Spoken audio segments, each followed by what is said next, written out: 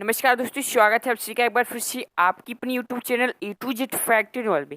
दोस्तों मैं आशीष एक बार पुनः उपस्थित हूँ आप सबके समक्ष निमी मॉक टेस्ट पर आधारित वीडियो का पार्ट का नंबर 6ठा वीडियो है। जिन्होंने अभी तक पिछला वीडियो नहीं देखा वो डिस्क्रिप्शन में लिंक दिया गया है, वहाँ जाकर आप सारी वीडियो को देख सकते हैं। दोस्तों IT इलेक्ट्रीशियन फर्स्ट ईयर वाले जितने बच्चों का ऑनलाइन परीक्षा है इस बार, वो सभी से मैं रिक्वेस्ट करना चाहूँगा जितना हो सके वो निमी मॉक टेस्ट कि जो निमी मॉक टेस्ट है उसको ज़्यादा से ज़्यादा रिवीजन करें, क्योंकि ज़्यादातर प्रश्न जो आने वाले एग्जाम में आपकी CBT एग्जाम में वो ज़्यादातर निमी मॉक टेस्ट पर आधारित है। दोस्तों 100% जो है IT का कोई बच्चा इस निमी मॉक टेस्ट को कंप्लीट पूरा देखता है, निमी मॉक जितने क्वेश्चन है तो उससे पास होने से कोई नहीं रोक सकता है। तो चलिए ज़्यादा देर नहीं करते आज की इस वीडियो को स्टार्ट करते हैं। दोस्तों इस वीडियो में हम बात करने वाले हैं सेल और बैटरी से संबंधित निमी मॉक टेस्ट पर जितने आधारित प्रश्न हैं सभी को इस प्रश्न में एक एक करके बहुत ही अच्छे से डिस्कस करने वाले। तो चलिए वीडियो को शुरू करते हैं। तो दोस्तों आपके सामने पहला प्रश्न आ गया। यहाँ पर सारे प्रश्न जो है हिंदी और अंग्रेजी दोनों में, मैं यहाँ पर हिंदी में आपको हल करवाने लगा हूँ। तो पहला प्रश्न कह रहा है, ध्यान सुनिएगा, कह रहा है कौन सी युक्ति धूप को विद्युत ऊर्जा में बदलती है। बहुत ही इजी सा प्रश्न है, इंपॉर्टेंट प्रश्न है। राइट आंसर हो जाएगा इस वाले प्रश्न का option number A, photovoltaic cell जो होते हैं वो धूप से विद्युत ऊर्जा में बदलते हैं, धूप को विद्युत ऊर्जा में यानी कि चेंज करते हैं। बढ़ते हैं नेक्स्ट प्रश्न की ओर। दूसरा प्रश्न देखते हैं। हमारा दूसरा प्रश्न कह रहा है वित्तीयक सेल किस नियम से कार्य करते हैं। तो दोस्तों ये जो कार्य करते हैं वो ऑप्शन नंबर बी जूल के नियम पर काम करते हैं। बढ़ते हैं नेक्स्ट प्रश्न की ओर। तीसरा प्रश्न देखते हैं। हमारा तीसरा प्रश्न कह रहा है विद्युत अपघट के दौरान एकत्रित द्रव्यमान की गणना करने का सूत्र क्या है। काफी वेरी वेरी इंपॉर्टेंट प्रश्न है ये वाला। तो जिन बच्चों ने इस वाले प्रश्न का right answer option number B चुना है बिल्कुल राइट हो जाएगा, M = ZIT GM। Option number B इस वाले प्रश्न का राइट आंसर हो जाएगा। बढ़ते हैं अगले प्रश्न की ओर। चौथा प्रश्न देखते हैं। हमारा चौथा प्रश्न काफी इंपॉर्टेंट प्रश्न है। कह रहा है बैटरी की क्षमता कैसे बताई जाती है। तो बैटरी की जो क्षमता है दोस्तों वो ऑप्शन नंबर डी एम्पियर घंटा में बताई जाती है। ऑप्शन नंबर डी इस वाले प्रश्न का राइट आंसर हो जाएगा। ये बहुत बार एग्जाम में आया हुआ प्रश्न है। बढ़ते हैं नेक्स्ट प्रश्न की ओर। पांचवा प्रश्न देखते हैं दोस्तों।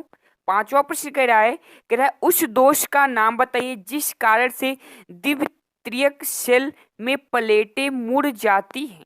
तो दोस्तों ये जो दोष होता है वो ऑप्शन नंबर ए बकलिंग दोष कहलाता है। दोस्तों ये जो हमारा वीडियो होने वाला है ना कि ITI की सिर्फ बच्चों के लिए बल्कि जितने टेक्निकल एग्जाम होने वाले हैं सभी टेक्निकल एग्जामों के लिए बहुत ही महत्वपूर्ण होने वाले हैं, क्योंकि जितने भी प्रश्न इसमें काफ़ी सभी सिलेक्टेड और इम्पोर्टेंट प्रश्न लिए गए। तो आपसे रिक्वेस्ट है कि आप हर एक प्रश्न को बहुत ही ध्यान सुनिएगा, जितनी देर पढ़िएगा अच्छे से पढ़िएगा। बढ़ते हैं छठे प्रश्न की ओर। हम अपना छठा प्रश्न देखते हैं। छठा प्रश्न कह रहा है हमारा, कह रहा है विद्युत आवेश की इकाई क्या है, यानी कि विद्युत आवेश की इकाई क्या है। तो इस वाले प्रश्न का right answer option number D हो जाएगा, कूलाम हो जाएगी। ये भी प्रश्न इंपॉर्टेंट है और बिल्कुल इजी सा प्रश्न है। तो ये इंपॉर्टेंट भी प्रश्न दोनों है, इजी और इंपॉर्टेंट दोनों है। बढ़ते नेक्स्ट प्रश्न को, सातवां प्रश्न देखते हैं। सातवां प्रश्न कह रहा है लिथियम सेल का निर्गत वोल्टेज कितना होता है। तो लिथियम सेल का जो निर्गत वोल्टेज होता है वो 2.5 वोल्ट होता है। Option number D right answer हो जाएगा इस वाले प्रश्न का, 2.5 वोल्ट होता है। बढ़ते हैं अगले प्रश्न देखिए ध्यान सुनिएगा। कह रहा है कम समय में उच्च दर से बैटरी आवेशित, आवेशित का मतलब है चार्ज करना, यानी कि कम समय में उच्च दर से बैटरी को चार्ज करने हेतु कौन सी विधि अपनाई जाती है। तो जिन बच्चों ने इस वाले प्रश्न का right answer option number B चुना है बिल्कुल राइट हो जाएगा, बूस्ट आवेश विधि को अपनाया जाता है। बढ़ते हैं नौवें प्रश्न की ओर। नौ प्रश्न देखते हैं अपना। कह रहा है कार्बन जस्ता शुष्क सेल में कौन सी विद्युत अपघट उपयोग किया जाता है। तो इसमें जो हम प्रयोग करते हैं वो option number B ammonium chloride का प्रयोग करते हैं, अमोनियम क्लोराइड का प्रयोग किया जाता है। बढ़ते हैं नेक्स्ट प्रश्न की ओर और अपना 10वां प्रश्न देखते हैं। 10वां प्रश्न कह रहा है द्रवों में विद्युत धारा प्रवाहित होना कौन सा प्रभाव है। तो यह जो प्रभाव होता है वो ऑप्शन नंबर डी रासायनिक, जिसे हम केमिकल भी कहते हैं अंग्रेजी में, तो रासायनिक प्रभाव होता है। ऑप्शन नंबर डी इस वाले प्रश्न का राइट आंसर हो जाएगा। दोस्तों अगर आप UPPSC फील्ड के भी स्टूडेंट हैं तो ये बहुत वीडियो जो होने वाला है आपके लिए बहुत ही महत्वपूर्ण होने वाला है। 11वां प्रश्न देखते हैं, कह रहा है सीसा सेल बैटरी में ऋणात्मक प्लेट बनाने हेतु कौन सा पदार्थ प्रयोग किया जाता है? तो इसमें हम जो पदार्थ का प्रयोग करते हैं वो ऑप्शन नंबर बी स्पॉन्ज शीशा का प्रयोग करते हैं। किसका? स्पॉन्ज शीशा का प्रयोग करते हैं। नेक्स्ट प्रश्न की ओर 12वां प्रश्न देखते हैं। 12वां प्रश्न कह रहा है धातु सतह के संरक्षण के नियंत्रण हेतु कौन सी तकनीक प्रयोग होती है? तो धातु सतह के संरक्षण के लिए जो हम तकनीक का प्रयोग करते हैं वो ऑप्शन नंबर बी हो जाएगा कैथोडिक सुरक्षा तकनीक का प्रयोग करते हैं। किसका? कैथोडिक सुरक्षा तकनीक का प्रयोग करते हैं। Option number B right answer हो जाएगा। 13वें प्रश्न की ओर 13वां प्रश्न देखते हैं, कह रहा है डिजिटल घड़ियों में सामान्यतः कौन सा सेल प्रयोग होता है? तो डिजिटल घड़ियों में जो हम सेल का प्रयोग करते हैं वो ऑप्शन नंबर सी पारा सेल का प्रयोग करते हैं, जिसे हम अंग्रेजी में मरकरी सेल भी कहते हैं। दोस्तों अगर आपको हमारा वीडियो अच्छा लगेगा तो वीडियो को एक लाइक जरूर करिएगा और हो सके तो इस वीडियो को ज़्यादा से ज़्यादा अपने सभी ग्रुप और दोस्तों में भी शेयर करिएगा, क्योंकि मुझे आप सबकी सपोर्ट की बहुत ही आवश्यकता है।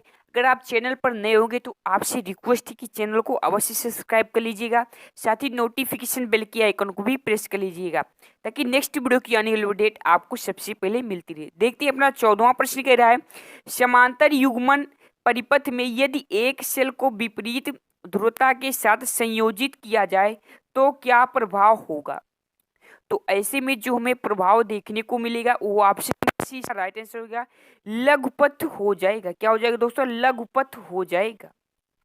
बढ़ते नेक्स्ट प्रश्न और अपना 15वां प्रश्न देखते हैं। 15वां प्रश्न कह रहा है दोस्तों हमारा बैटरी आवेशक में फाइन सेलेक्टर स्विच का क्या कार्य है? तो इस स्विच का जो मेन कार्य होता है वो दोस्तों ऑप्शन में इसका राइट आंसर हो जाएगा धारा रेटिंग का चुनाव करना। इस स्विच का ही मेन कार्य होता है। क्या होता है? धारा रेटिंग का चुनाव करना। सुनिएगा, कह रहा है सौर सेल में तापमान के संदर्भ में निर्गत शक्ति पर क्या प्रभाव होगा?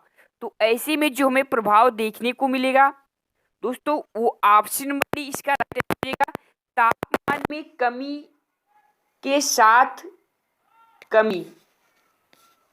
नेक्स्ट प्रश्न की ओर अगला प्रश्न देखते हैं। 17वां प्रश्न कह रहा है बैटरी में आवेशन के समय हाइड्रोमीटर का क्या उद्देश्य है? एक बार प्रश्न को फिर से सुन लीजिएगा। कह रहा है बैटरी में आवेशन के समय हाइड्रोमीटर का क्या उद्देश्य है? तो इसका जो मेन उद्देश्य होता है दोस्तों वो option number D right answer हो जाएगा विद्युत अपघटक के अवशिष्ट गुरुत्व निर्धारित करता है। क्या करता है? विद्युत अपघटक का विशिष्ट गुरुत्व निर्धारित करता है।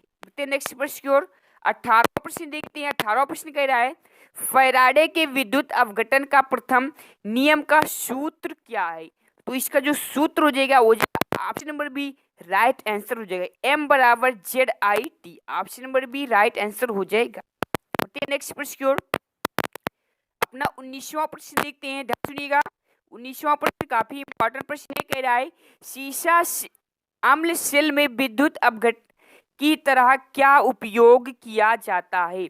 तो इसमें जो प्रयोग किया जाता है वो ऑप्शन नंबर डी तनु सल्फ्यूरिक अम्ल का प्रयोग किया जाता है। किसका? तनु सल्फ्यूरिक अम्ल का प्रयोग किया जाता है। बढ़ते नेक्स्ट प्रश्न की ओर और 20वां प्रश्न है। कह रहा है परिपथ का कुल वोल्टेज क्या होगा? तो इस को आप अच्छे से नोट करिएगा। दोस्तों मैं फिर से एक बार को बता दूं जितने न्यूमेरिकल क्वेश्चन मैं आपको यहाँ पर दिखवा रहा हूँ मैं एक वीडियो कंप्लीट बनाऊंगा उसमें सारे न्यूमेरिकल क्वेश्चन मैं आपको हल करवा दूंगा। अगर आपको आता है अगर आप इसको जब हल करेंगे तो आपका जो आंसर आएगा दोस्तों वो ऑप्शन नंबर ए आएगा 1.5 वोल्ट। अगर आपका ऑप्शन आता है तो इसमें आप बिल्कुल